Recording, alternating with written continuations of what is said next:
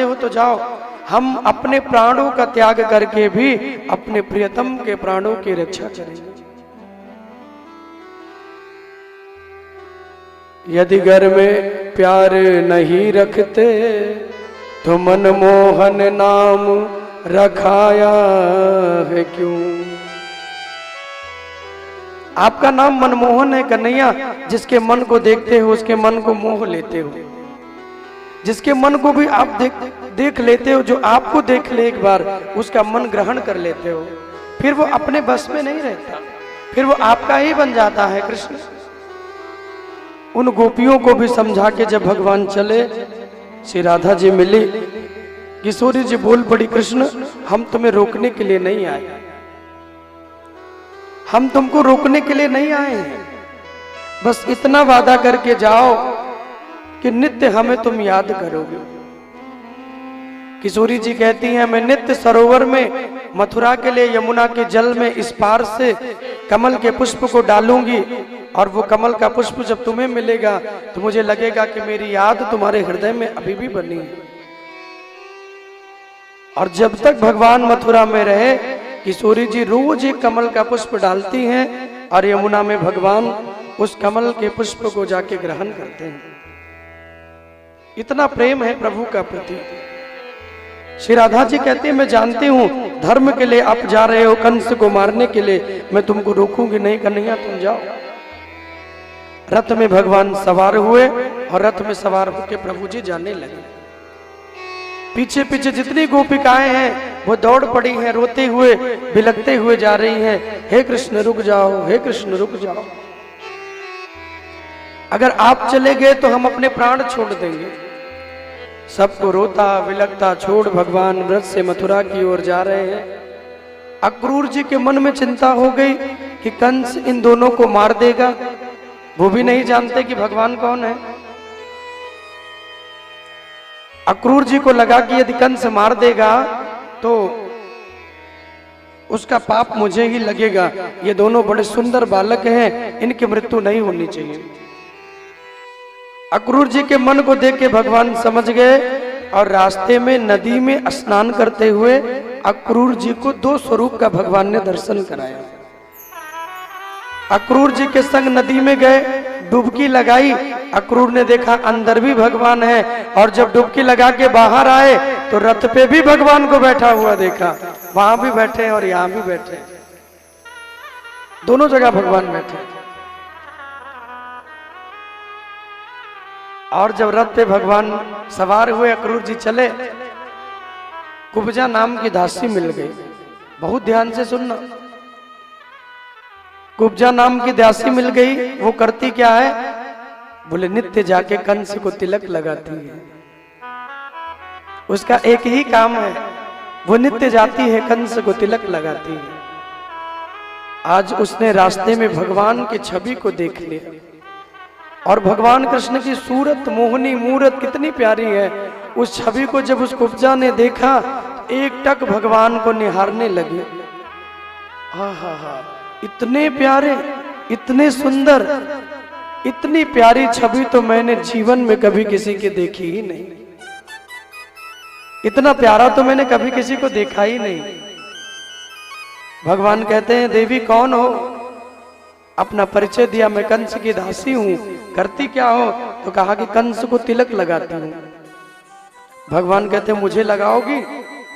दासी ने कहा, आपको देख के मन करता है आपको ही तिलक लगा दें और फिर संसार में किसी को तिलक ही न लगाएं, आप तो इतने प्यारे मुझे लग रहे हैं।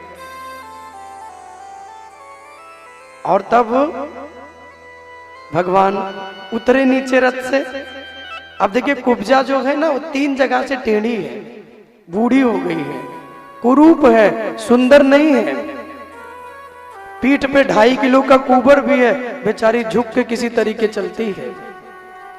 भगवान नीचे उतरे, भक्त के जीवन में कैसे कृपा करते हैं। बोले, माँ तिलक लगाओ, चंदन लगाओ। कुब्जा तिलक लगाने लगी, और जब लगाने चलती है भगवान के माथे तक पहुंचती नहीं है, और जब भगवान के माथे तक पहुंचती नहीं है ना, तो एक चरण के अंगूठे पे भगवान ने चरण को रखा, और दूसरा हाथ भगवान ने कमर से लगाया, अपनी ठुड्डी पे भगवान ने उसके हाथ को लगा के और थोड़ा सा उचका दिया। जैसे भगवान के हाथों का स्पर्श हुआ, परम सुंदरी भवा, सारी व्यथाएं दूर हो गई, विपत्तियां दूर हो गई, सारे कष्ट दूर हो गए और परम सुंदरी हो गई। और जब परम सुंदरी होके दर्शन देती है, अप्सरा सदृशो भवा, इतनी सुंदर दासी जो खड़ी है भगवान के सामने, दोनों नेत्र बंद करके भगवान की स्तुति करती है। आपके चरणार बिंद मेरे जीवन में आए, आपकी कृपा मेरे जीवन में मिली, मेरा तो जीवन ही धन्य हो गया। मुझे लगा ही नहीं था मैं कभी सुंदर हो पाऊंगी, लेकिन प्रभु आपके हाथों में तो जादू है। आपने स्पर्श भर मुझे कर दिया, मैं सुंदर हो गई। भगवान को तिलक लगाया और तिलक का पात्र वहीं तोड़ दिया। बोले गोविंद जो आपको तिलक लगा ले, जो आपसे प्रेम कर ले, वो दुनिया में किसी और को तिलक थोड़ी लगाएगा। कृष्ण को तिलक करके कुब्जा ने किसी को तिलक नहीं किया। भगवान आगे बढ़े, सल तोसल चारूण मुष्टिक अनेक अनेक पहलवानों से युद्ध हुआ है। कुबलिया पेड़ हाथी को भगवान ने पूंछ को घुमा करके ऊपर फेंक दिया, गिरी तो प्राणांत हो गया। जितने लोगों के साथ वहां भगवान का युद्ध हुआ, सबका भगवान ने कल्याण किया। उस युद्ध भूमि में भगवान बालक के रूप में है।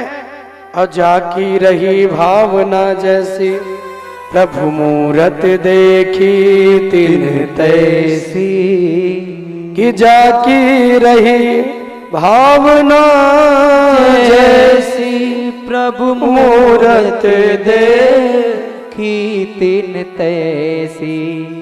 हो जाकी रही भावना जैसी, प्रभु मूरत देखी तिन तैसी। चाटी बंद करो। जागी रही भावना जैसी, प्रभु मूरत देखी तिन तैसी। जिसके मन में जैसे भाव है, उसी रूप में आज भगवान का दर्शन हुआ। उस रंग भूमि में जब भगवान खड़े हैं ना, तो उस रंग भूमि में खड़े होकर भगवान दिव्य स्वरूप में दर्शन दे रहे हैं। जाकी रही भावना जैसी, प्रभु मूरत देखी तिन तैसी। वहां जिनके मन में जैसे भाव हैं, उसी रूप में दर्शन भगवान ने दिया। सबका कल्याण करते हुए कंस बैठे हैं सिंहासन पे, भगवान वहां पहुंचे, मामा जी के केस पकड़ा भगवान ने और सिंहासन से नीचे खींच लिया। किसी को पिता के रूप में, किसी को भाई के रूप में, किसी को गुरु के रूप में, किसी को मित्र के रूप में, और कंस को काल के रूप में दर्शन हो रहा है। कालः परम शोभनः, काल के रूप में भगवान दर्शन दे रहे हैं। एक मुष्टिका भगवान ने छाती पर मारी और रुधिर निकला मुख से। भगवत दर्शन करते हुए प्राणांत हुआ है। बोले भक्त वत्सल भगवान की जय हो, बोले कंस मर्दन भगवान की जय, भागवत महापुराण की जय हो। और इस स्वरूप में भगवान ने आज सुंदर दर्शन दिया।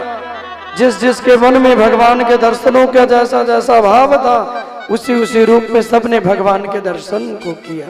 राधे राधे बोलना पड़ेगा, राधे राधे जोर से बोलना पड़ेगा, और जोर से बोलना पड़ेगा।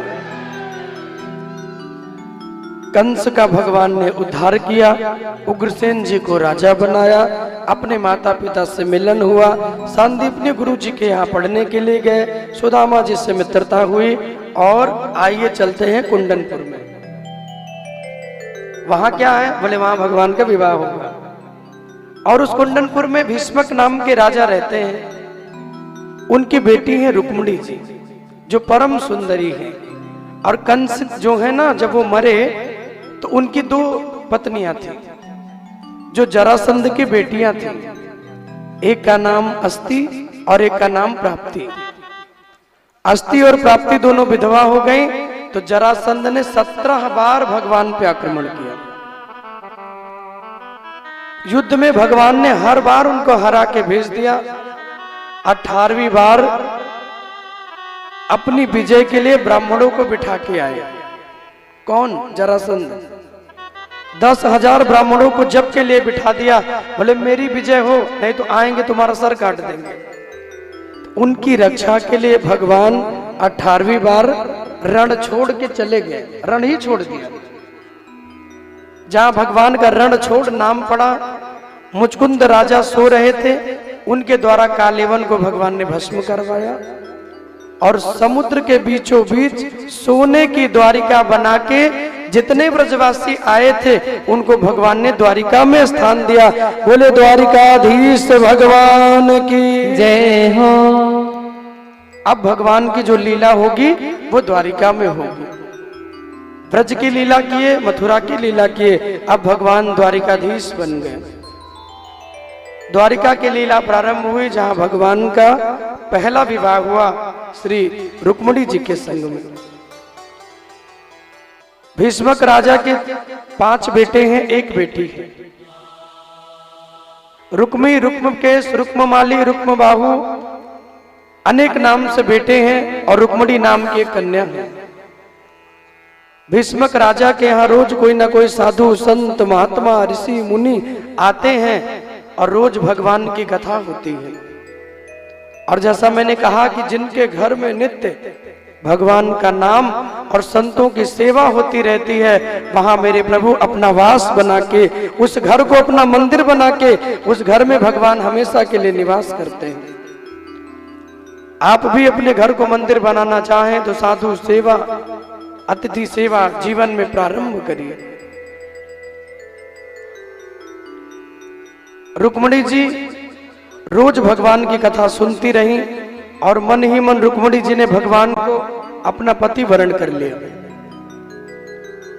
एक दिन ब्राह्मण देवता के हाथों रुक्मिणी मैया ने पत्र लिखा और पत्र लेकर के जब आए और उस पत्र को लाके भगवान को पढ़ाया। और जब भगवान उस पत्र को पढ़ते हैं कि श्रुत्वा गुणान भुवन सुंदर तम सुन्नताम ते निर्विस्त्र कर्ण विवरैर हरितोंगतापम।